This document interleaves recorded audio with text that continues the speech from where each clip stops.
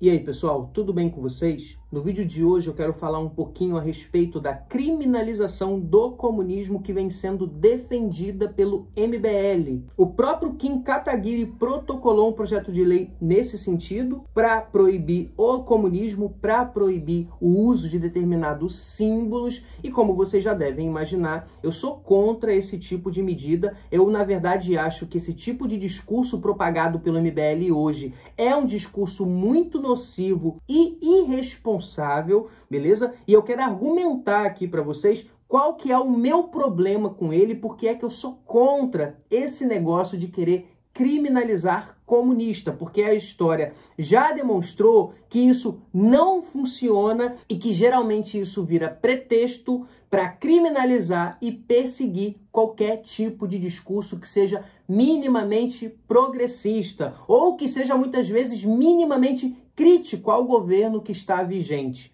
Beleza? Aqui no Brasil, por exemplo, durante a ditadura militar, quando o comunismo foi criminalizado e os partidos comunistas começaram a agir na ilegalidade, as leis anticomunistas foram utilizadas não só para perseguir comunistas, como também perseguir sindicalistas, artistas, intelectuais mais ligados à esquerda, mais progressistas, muitas vezes chamando essas pessoas e esses movimentos também de comunistas, ou então os perseguindo, os penalizando com a pecha de que eles estavam ligados ao comunismo. Porque nessa brincadeira de criminalizar o comunismo, você sequer consegue fazer um critério definidor eficiente para dizer o que é comunismo e o que não é. E aí tudo acaba virando comunismo na hora que você precisa impor alguma coisa contra essas pessoas. Quando você começa a fazer perseguições sistemáticas contra possíveis opositores do determinado governo que está ali comandando aquele país naquele momento. Foi o que aconteceu na ditadura militar, foi o que aconteceu na ditadura do Pinochet, aconteceu nos Estados Unidos na década de 50 durante a era macartista, aconteceu entre 1933 e 1945 na Alemanha,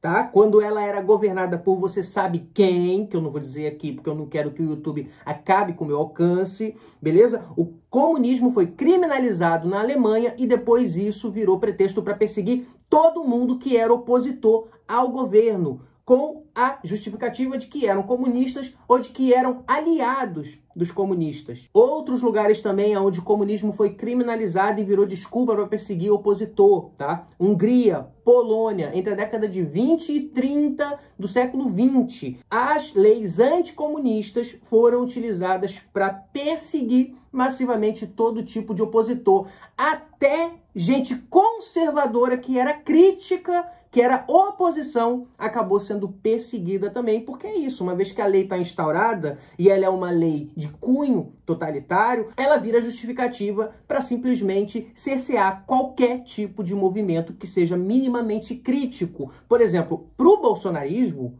todo mundo é comunista. Eu sou comunista, que sou trabalhista, os petistas são comunistas, os comunistas são comunistas e todo mundo é comunista. Se você fizer qualquer criticazinha ao capitalismo, você é comunista. Se tiver um governo de direita, um Bolsonaro da vida, e você ser contra o Bolsonaro, você é comunista. Então, todo mundo para essa galera é comunista. Aí amanhã tem uma lei anticomunista, quem assume o poder é um bolsonarista biruta, e aí? Quando a gente começar a fazer as críticas a ele, quem garante que eu não vou ser perseguido como comunista por essa galera? Ou então o MBL mesmo, o próprio Renan, em live, estava falando a respeito disso, estava defendendo a criminalização do comunismo e, segundo ele, até tem alguns nomes da esquerda que você dá para você conversar. Só que o problema para ele, e aí ele utilizou um argumento que é igualzinho o que eu escuto de gente de esquerda, que é, eles são de esquerda, eles conversam com a gente, só que no final das contas, eles acabam se sentando na mesma mesa que a esquerda radical se senta. Ou seja, é o mesmo papinho que a esquerda vem, né? Tipo, você não vai sentar com gente do MBL, porque se você sentar com gente do MBL, você é de direita também, você é isso, você é aquilo e blá, blá, blá, blá. Né? Sempre essa questão. Então hoje, o meu primeiro argumento é esse. Não dá para criminalizar o comunismo, porque isso aí só vira pretexto para perseguir todo tipo de esquerdista, todo tipo de crítico, de opositor e etc. Ninguém vai conseguir dar um critério objetivo para dizer quem é comunista e quem não é comunista, tá? No final das contas vai ser todo mundo perseguido como sempre aconteceu. Pesquisem, cara. Leiam, estudem a história que vocês vão ver que sempre foi assim. Você quer combater comunista? Combata os comunistas através das ideias. Mostre as suas incoerências, mostre quais são as suas falhas, mostre a história das revoluções comunistas, leia as obras dos principais comunistas, dos principais marxistas e refute esses caras no argumento, porque dá para fazer isso, beleza? Criminalizar o comunismo não é a resposta para nada, porque vocês vão piorar a situação. E aí, qual que é a minha segunda questão? E aí, acho que essa segunda questão é um pouco mais polêmica, tá? E aí, talvez muita gente realmente não goste do que eu vou dizer agora, mas eu vejo legitimidade no discurso comunista a nível fenomenológico. O que eu quero dizer? Eu quero dizer que se o cara é comunista devido à vivência dele dentro do sistema capitalista, devido aos estudos que ele faz a respeito do sistema capitalista e das suas contradições, eu acho que essa pessoa tem que ter o direito de expressar o seu descontentamento com o regime vigente, beleza? E proferir um discurso que visa eliminar esse regime, que visa, por exemplo, superar o capitalismo. Eu realmente considero que existe legitimidade nesse discurso. Eu fui para um debate contra os comunistas. Como vocês sabem, eu não concordo com a visão comunista a respeito do capitalismo. Eu sequer acredito na possível superação do capitalismo por uma revolução socialista. Só que eu entendo que essas pessoas têm o direito de se revoltarem, sim, contra o capitalismo. O capitalismo está recheado de problema, de contradição, de injustiça, de problemas que parecem que são insolúveis e para os comunistas, em grande medida, esses problemas são. Então, por exemplo, eu discordo dos comunistas que a gente precisa de uma revolução para reestruturar a situação brasileira perante o mundo, via reforma. Eles acreditam que as reformas não são possíveis, que a gente só vai conseguir alcançar desenvolvimento se a gente romper com o ciclo do capitalismo e instaurar uma ditadura do proletariado. Eu discordo completamente dessa análise, mas eu entendo quem defende esse tipo de coisa. Porque realmente tem coisa dentro do capitalismo, cara, que é muito complicado de defender e que é até difícil acreditar que um dia vai ser mudada, que um dia vai ser resolvida. Vocês precisam entender que parte da análise do socialismo, do comunismo, vem das obras do Marx e do Engels, que analisaram exaustivamente a trajetória de transformação do próprio sistema capitalista, da trajetória de transição, por exemplo, do sistema feudal para o sistema capitalista. O capitalismo ele não evoluiu naturalmente. O mundo moderno hoje ele é resultado de revoluções burguesas que instauraram o sistema mercantil que é da origem ao capitalismo à força. A Revolução Francesa foi uma revolução violentíssima, porque naquele nível em que estava a sociedade não existia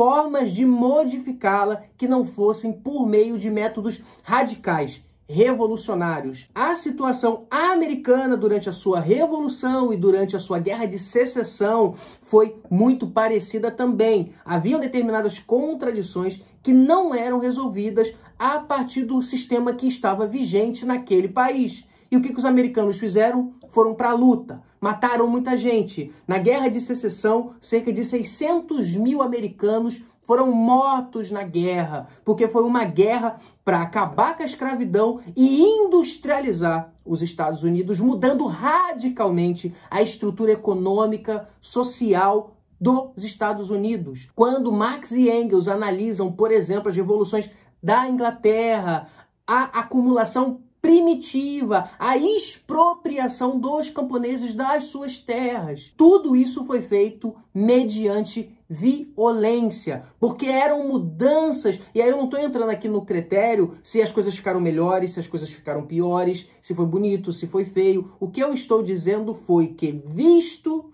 determinadas conjunturas históricas, o que modificou determinados processos foi o uso excessivo da violência política, da violência física. Eu discordo que a gente precisa desse nível de violência, que a gente precisa da revolução para modificar o sistema capitalista brasileiro, para modificar a situação do nosso povo. Mas eu entendo os comunistas que, a partir dessa análise do materialismo histórico, chegam nessa conclusão de que, assim como o capitalismo se desenvolveu mediante revoluções, o projeto socialista também só poderia se desenvolver mediante revoluções, mediante violências, visto que, uma vez que existe uma classe dominante que detém o poder, se você tentar tomar o poder dessa classe dominante, essa classe dominante irá reagir. Então você vai ter confronto. E no confronto, gente morre. Isso é certo. Por exemplo, muita gente pega as falas antigas do Jones de Manuel, onde ele defende pena de morte para contra-revolucionários. Ou seja, está acontecendo uma revolução, a ditadura do proletariado está tomando o poder e vai ter uma série de resistências para que isso não aconteça. E mesmo depois que a revolução for bem sucedida, como por exemplo no caso da Rússia, você ainda vai ter uma série de movimentos para tentar derrubar essa revolução, né? No caso da Rússia foi a mesma coisa. A revolução derrubou o czarismo, ela foi bem sucedida e logo na sequência a Rússia entrou em uma baita de uma guerra civil. Uma série de potências estrangeiras invadiram a Rússia para tentar reverter a revolução. Só que eles não foram bem sucedidos. E nessa daí o que aconteceu? Muita violência, justamente porque se um grupo toma o poder, ele precisa fazer isso mediante a força, porque ninguém vai dar o poder de graça. E a mesma coisa para o grupo que tomou o poder. Uma vez que ele está no poder, agora ele é o grupo conservador, que vai querer se conservar no poder e que vai utilizar da força para impedir a sua derrubada. Assim como a burguesia fez durante as suas revoluções. A monarquia foi derrubada pela burguesia, os regimes totalitários foram derrubados pela burguesia mediante a força. E hoje os socialistas entendem que essa mesma burguesia que ascendeu ao poder por meio da força também precisa ser retirada por meio dela. Eles podem estar completamente errados. Eu posso discordar radicalmente, mas eu entendo que existe legitimidade em pensar assim, porque a própria história corrobora, beleza? Eles acreditam nisso, eles acham que o mundo só vai ser modificado de uma maneira radical, como sempre aconteceu, tá? Eu discordo dessa premissa. Vocês que estão assistindo provavelmente também discordam, se não forem comunistas, mas é legítimo. Você tem que combater essas pessoas demonstrando, por exemplo, que elas estão equivocadas. Que essas análises que elas fazem, elas não fazem sentido considerando, por exemplo, o mundo moderno. Por exemplo, considerando como é que funcionam as economias globais. Como é que funciona o capitalismo que está posto hoje.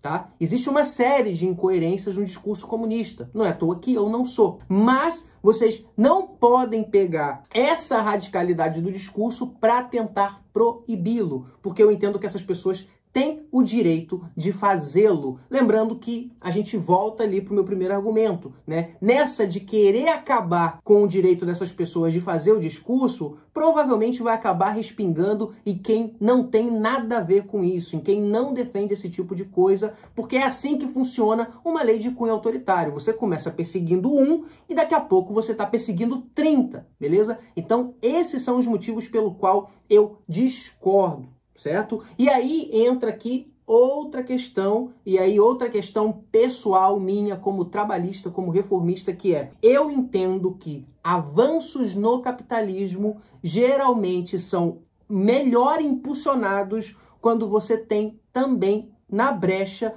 um discurso radical que vem crescendo, porque isso força que determinadas mudanças aconteçam. A história da Europa como um todo, praticamente, ali do grande estado de bem-estar social europeu, ela se deu principalmente por conta da existência da União Soviética. Porque você tem a Revolução Russa, que acontece ali em 17, ela começa na Rússia, só que depois o que acontece? Ela começa a se expandir pela Europa. Quando a União Soviética é fundada, ela chega a compor 16 países unificados. E aí, o centro da Europa percebe que se eles não fizessem alguma coisa pelas suas classes trabalhadoras, a Revolução Russa ia pegar eles também. Eles iam acabar fazendo parte do bloco soviético. Então, o que a Europa faz? Ela começa a passar uma série de reformas, começa a melhorar a situação das suas classes trabalhadoras para impedir o avanço revolucionário. Então, assim como aconteceu no contexto da Europa, lembrando que isso também se expandiu, tá? Aqui para as Américas,